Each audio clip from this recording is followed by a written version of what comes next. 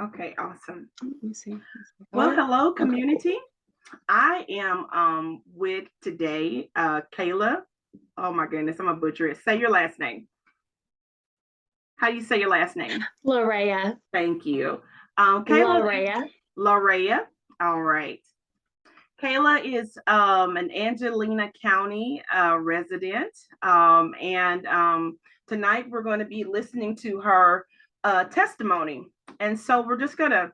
Today is just about encouragement and just talking about overcoming your past. She has a great testimony. She's been through a lot in her life, and she can share what she wants to, and we're gonna. But the main thing tonight was to let you know, to be encouraged, that things that go on in our past, it doesn't determine who we are. It doesn't determine our future. And so tonight we wanted to do encouragement. And I think that it's a good night to do that. It's raining. I'm enjoying the rain. And so it's just good to have a positive thing, positive vibe tonight. So thank you for being with us tonight. Of course. Thank you for having me. Yes.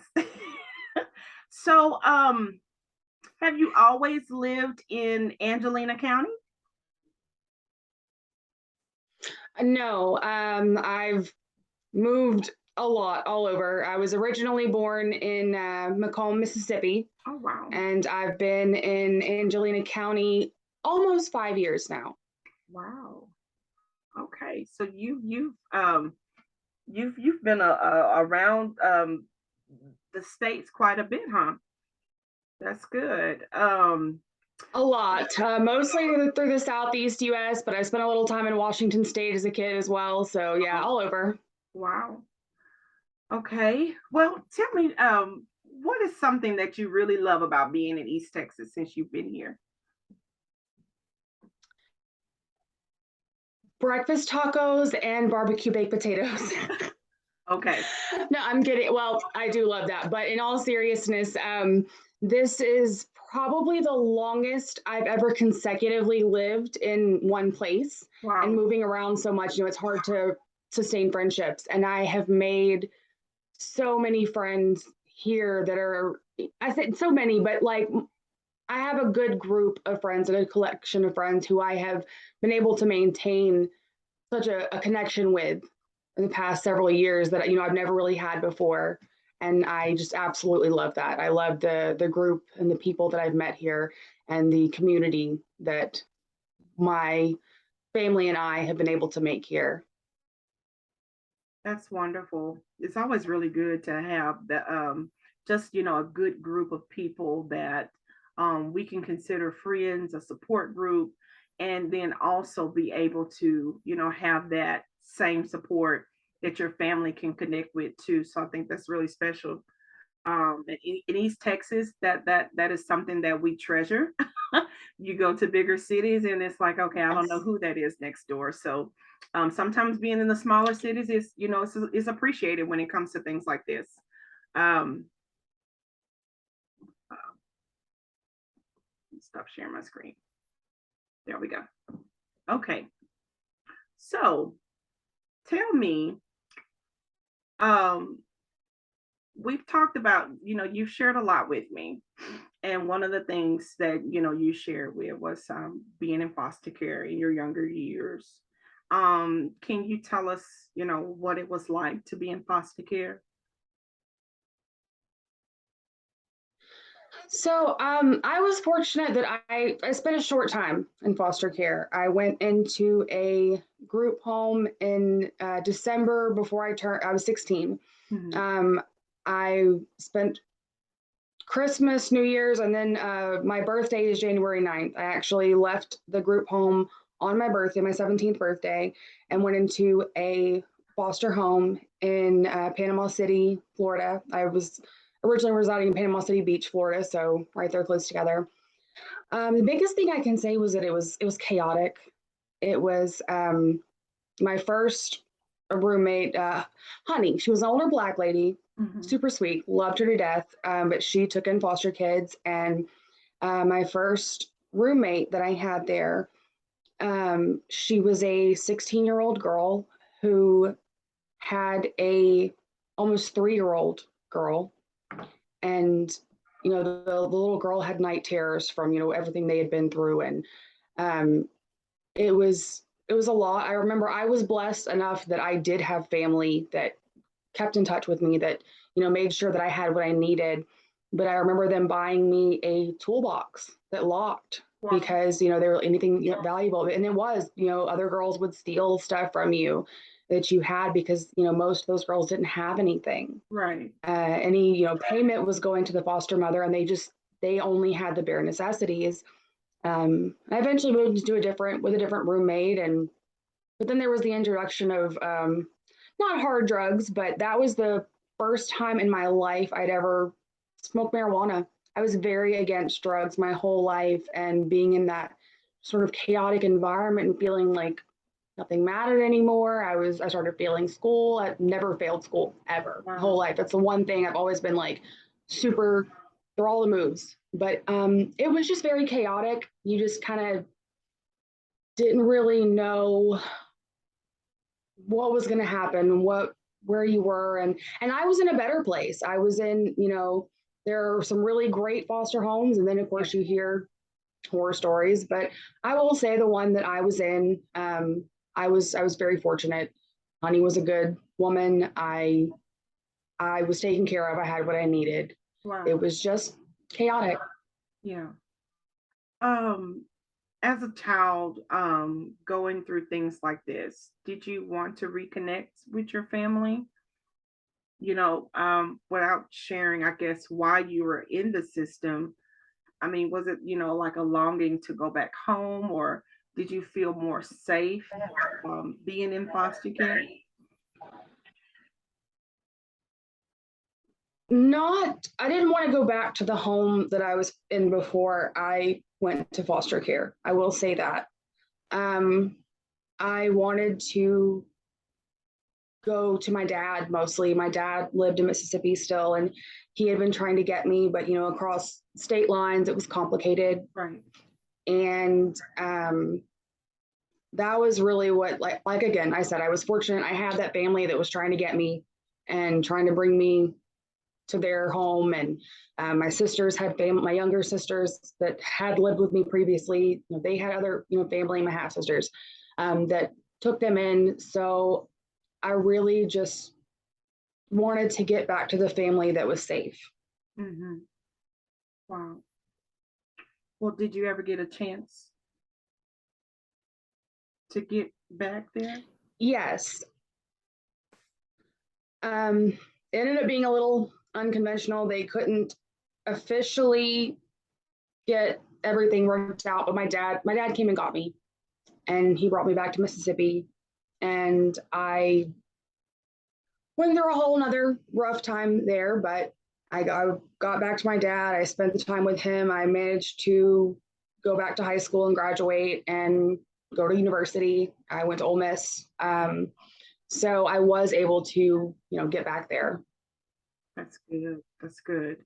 Would you care to share some of the things that you went through without sharing so many details? It was a lot. I grew up in situations of domestic violence in the household. I was a victim of sexual assault in multiple different, situations and occasions. Um, I was the child of an addict. I watched my mother struggle with addiction a lot of my life, and then when my father got sick, he was in so much pain. I watched him struggle with drugs and alcohol as well.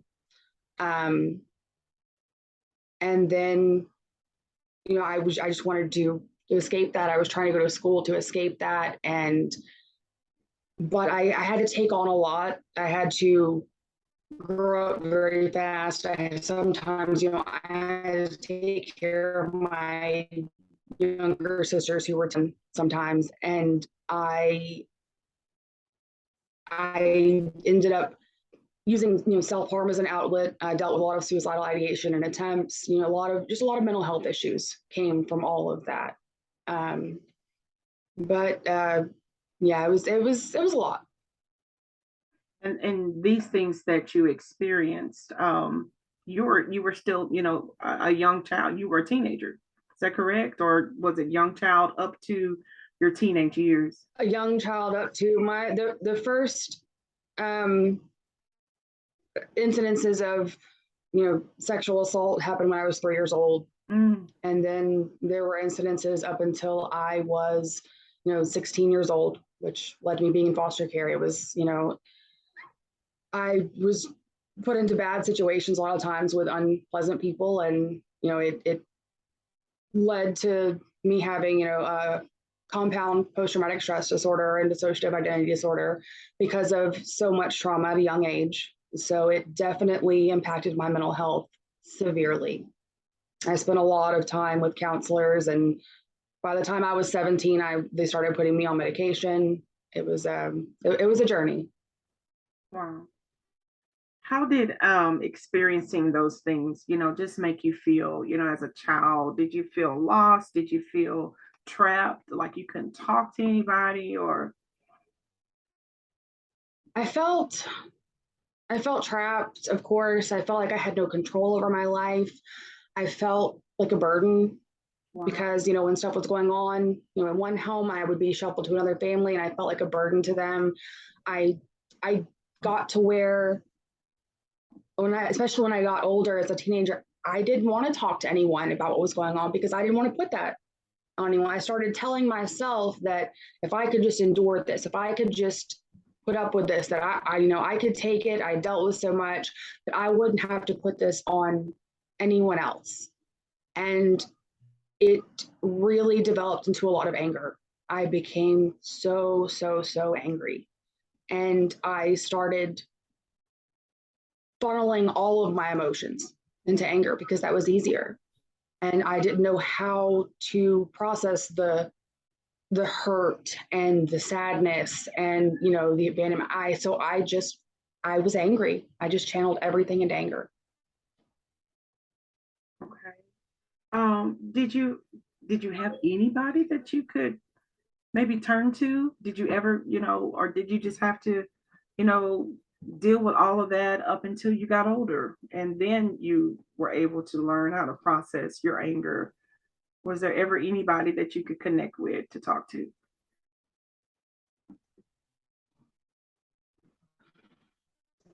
As far as connecting with and talking to, that was hard. I mean, I was blessed. My grandparents, my mama and papa, I lived with them a lot as a child. They helped me whenever they could. Anytime there was something bad going on, they would come get me. They were really more like my parents than my actual parents, and they raised me. They taught me how to cook. They taught me so many things. So I did have that support up until I was about 15. And my grandmother lives here. It's one of the reasons why I live here now. My grandma lives in Van Zandt County, and still, she's really more like my mom. I take my daughter to visit her. She's like my daughter's grandmother.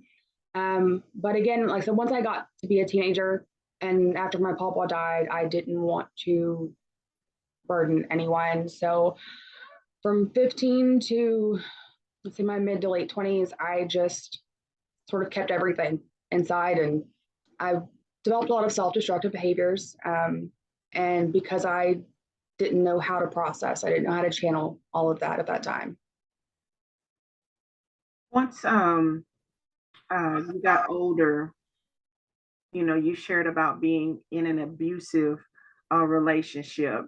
How did you find courage to leave that situation when you got older and started, being in that personal relationship with another companion? Or was this your previous husband? It was my first marriage. My husband, I had known him since I was very young. I was close with the family since I had known them for years, and we ended up in the same place. I was in one bad situation, thought I was getting into something else, and just that cliche telling yourself that you're going to change them Right. and that kind of thing. And we'd split up, and I'd go back, and that kind of thing. And it was sort of a cycle. But whenever I got pregnant unexpectedly, I didn't think I could have children, but I very unexpectedly got pregnant, and we were actually separated at the time. And I gave him chances, thinking that having a child would, make him grow up and change his behavior. And basically, once I saw that that wasn't going to happen, that he wouldn't change for his child, I would have done anything for her and still would. Hmm. And I just absolutely refused for her to grow up like I did. I Hmm. wanted her to have better than I did. I wanted to do everything that I could to give her a better life, no matter what I had to do. And she absolutely saved me, because she gave me something to motivate me to push myself for a better life.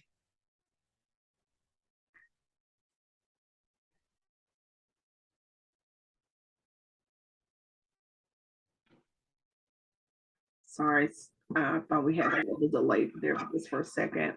But Yeah, I growing think the storm is up, messing with the connection a little bit. yeah. But I'm grateful that we're able to even get through it with the storm going on. I was really worried that we wouldn't even be Yes, able to do ma'am. it. But growing up, I'm just like you. I may not have experienced some of the things that you are sharing tonight, but I did grow up in poverty, and that was one of the promises, that I made. That I don't want my child to go through, or my children now to go through what we went through. And it, no matter what it took, whether working a second job or, I just did not want them to experience um, growing up like we were brought up.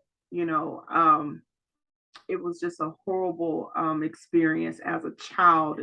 And I don't think, people realize what kids go through. And that's one of the reasons, to do this, hoping that even if it's just one person that watches this video, that they can, get some encouragement and let them know that, you're not the first, you won't be the last, but, there is life, there's Absolutely. accomplishments, there is success, behind it.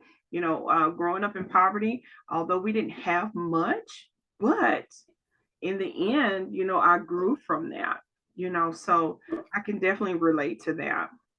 But Of course. did you ever look back and want to go back, once you left that situation? How did you find the courage to stay strong? Some people leave, they get the courage to leave, and then they go back into that situation, and they find it, it's two and three times harder, maybe the second or third time to leave. But how did you do that? So that's how it was for me you know, for a lot of that relational marriage. But once there was an incident where I thought he was a danger to our daughter, I finally filed a police report. He had warrants. I had him arrested when he was in jail. I filed a restraining order, and then I left the state. And then I put that distance. I went and spent. I stayed with family. It wasn't necessarily my favorite situation, but it was safe. It Yeah. got us out of that situation. And sometimes we would talk, and once I realized that he didn't have any interest in talking to our daughter or checking on her, he was just trying to wheedle in with me. It took time to start really analyzing and realizing, like, this is just, it's not good for her. There's no benefit to my daughter for this. This is not going to produce a good life for her. This is not going to produce a good experience for her. And that's what I focused on. I not only did she become my motivation for doing better, but in a way, all of the self-esteem and guilt and all that stuff that I held from being in all through all that trauma, I started being able to build my own confidence just by saying, hey, look, I'm a single mom, and I'm taking care of my daughter. She's healthy, she has everything that she needs, she is thriving. Like, I have to have at least a little bit of respect for myself, that I can do this, that I can be this strong to take care of my daughter. And I started building on that. Like, I have to have some love and respect for myself, because I'm able to do this. I'm able to have the strength to do this. I'm able to give her a better life than what I had. And it just kind of went on from there. It wasn't easy. It wasn't fast. It took a while, and I still struggle with it every day. But I work on it every single day to just push forward and try to do better the next day. That's a blessing. Um, did you ever think that you could find true love again? No, I didn't believe in it at that point. I didn't believe it existed. I didn't trust anyone. Uh, my now husband and I, we actually met sort of randomly online. And we met, and but then I found out he was just here for a work contract. He was only supposed to be here for 3 months. And I was like, okay, well, I'm a single mom. I don't have time to, entertain anything that's not going anywhere. And so I just kind of moved on. But he kept in contact with me. He would talk to me. And, I started seeing him again gradually. Eventually, after a couple of months, I introduced my daughter to him. And 5 years later, he's still here. He never left. That's a blessing. He had never even been to Texas before that work contract. Wow. And now we live here in Lufkin. That's a blessing. We go back, he's from Miami. So we go back to see his family in Miami, try to see at least once, if not twice a year. But yeah, we've just been married a little over 3 years now. As soon as I was able to finalize my divorce from my previous marriage, I think we got engaged the next month. Wow. And it's just it's been amazing to meet someone who not only understands what I deal with my trauma and the mental health issues that I face, but and is so patient with me, but almost loves me more because of it. Because he's a combat vet. He's an Army combat vet. He's did 2 tours in Afghanistan, and he's one of the first people that I've met that we can just talk so openly about our mental health. And we can say, hey, one of us can say, hey, I'm having a bad mental health day. Can you kind of take over today? Okay, cool. I got you. Yeah. And it's been amazing. It's a blessing. It's a blessing, especially to have a supportive spouse.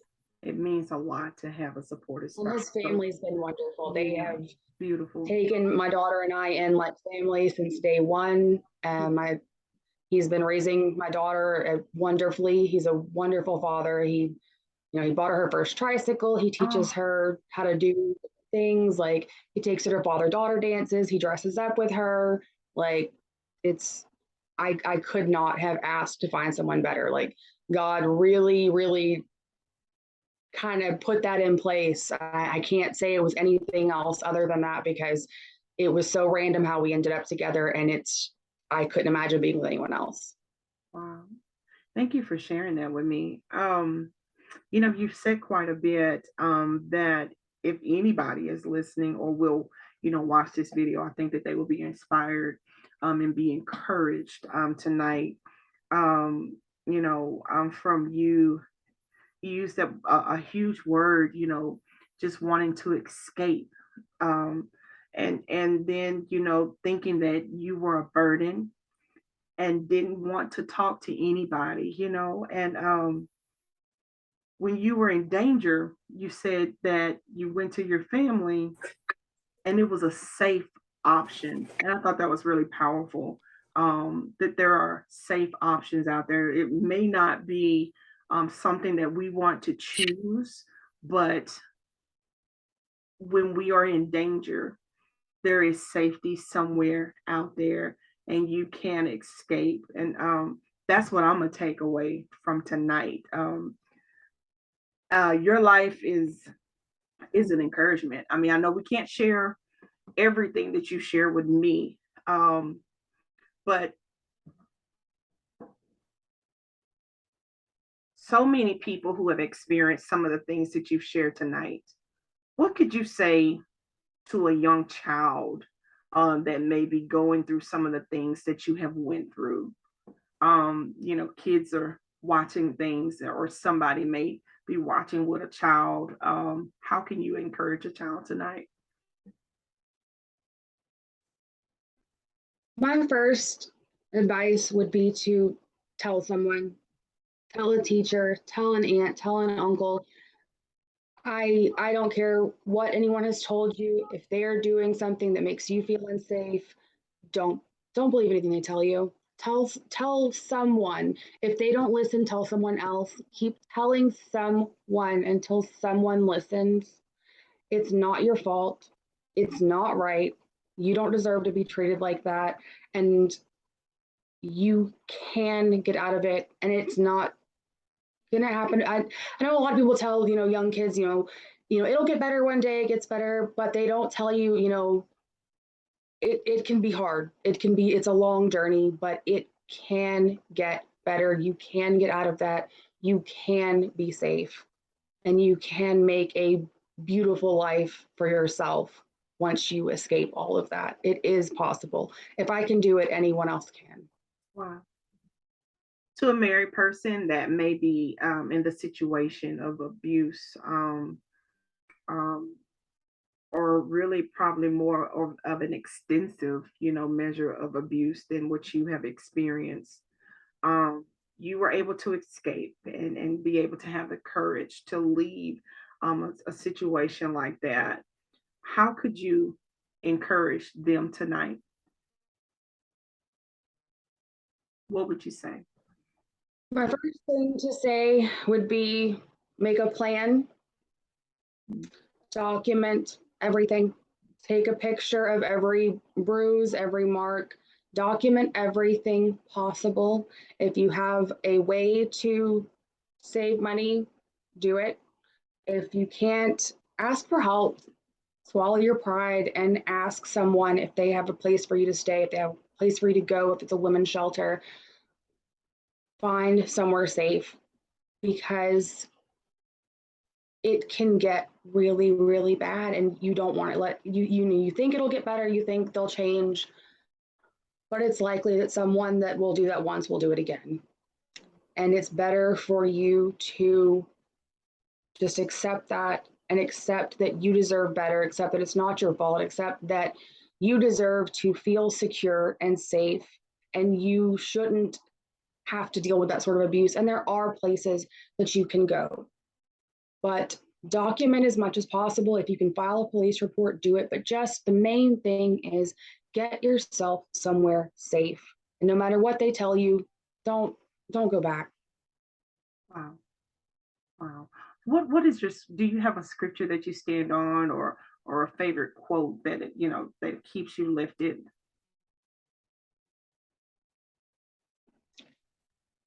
Um, if you hadn't asked me that, I could probably tell you five. And if you ask me, I probably would Um, go blank too.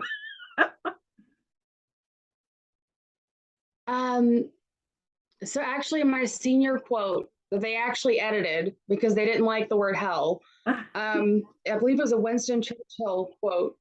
It says, if you're going through hell, keep going. Wow. Just keep going. Don't stop. Don't give up. Just keep going.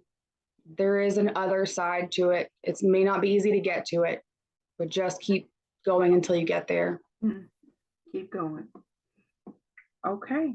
Well, I have enjoyed talking with you tonight, and I do thank you so much for sharing and opening up to so many. We have Of people course. Thank here you for on tonight. Do we have, we have about 2 or 3 minutes. Do we have any questions, or would anybody like to just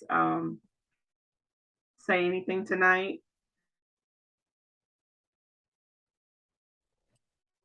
Hi, this is Vicky Amy. I have one question that I've had this conversation with a couple of different women. But what do we say, or how do we minister to women who are in abusive relationships, abusive marriages, who cling on to the scripture where you're not supposed to divorce for reasons other than adultery? Ooh, that's a tough one. For me personally, I would simply tell them that God wouldn't want to see them hurt. God, Jesus, they wouldn't want to sit there and watch them go through that pain because that's not love. Mm. I don't. Marriage is your husband is supposed to protect you in the Bible. He's supposed to love you, and if he's abusing you, that's not love. That's not right. That's not what God intended for marriage. And there I struggled with that. I said once I got married, I wasn't going to get a divorce, and that was one of the things that kept me in it. I was raised by a Baptist preacher. That was my papa was a Baptist preacher, and but it's kind of tricky sometimes with people's religious beliefs. It can be a very tricky area, but at the end of the day, I would just God wants you safe, God wants you protected, God wants you loved, and this he may have something. I believe that he has something better for you on the other side of this. He has something greater for you, somewhere you can be happy and be safe and protected and not hurt, because that's not love. I agree with that. That's beautiful. That's beautiful. I couldn't have answered it. That's beautiful.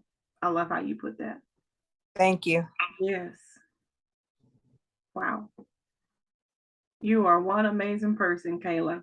Thank you for sharing tonight. I tell you, I'm stronger listening to you.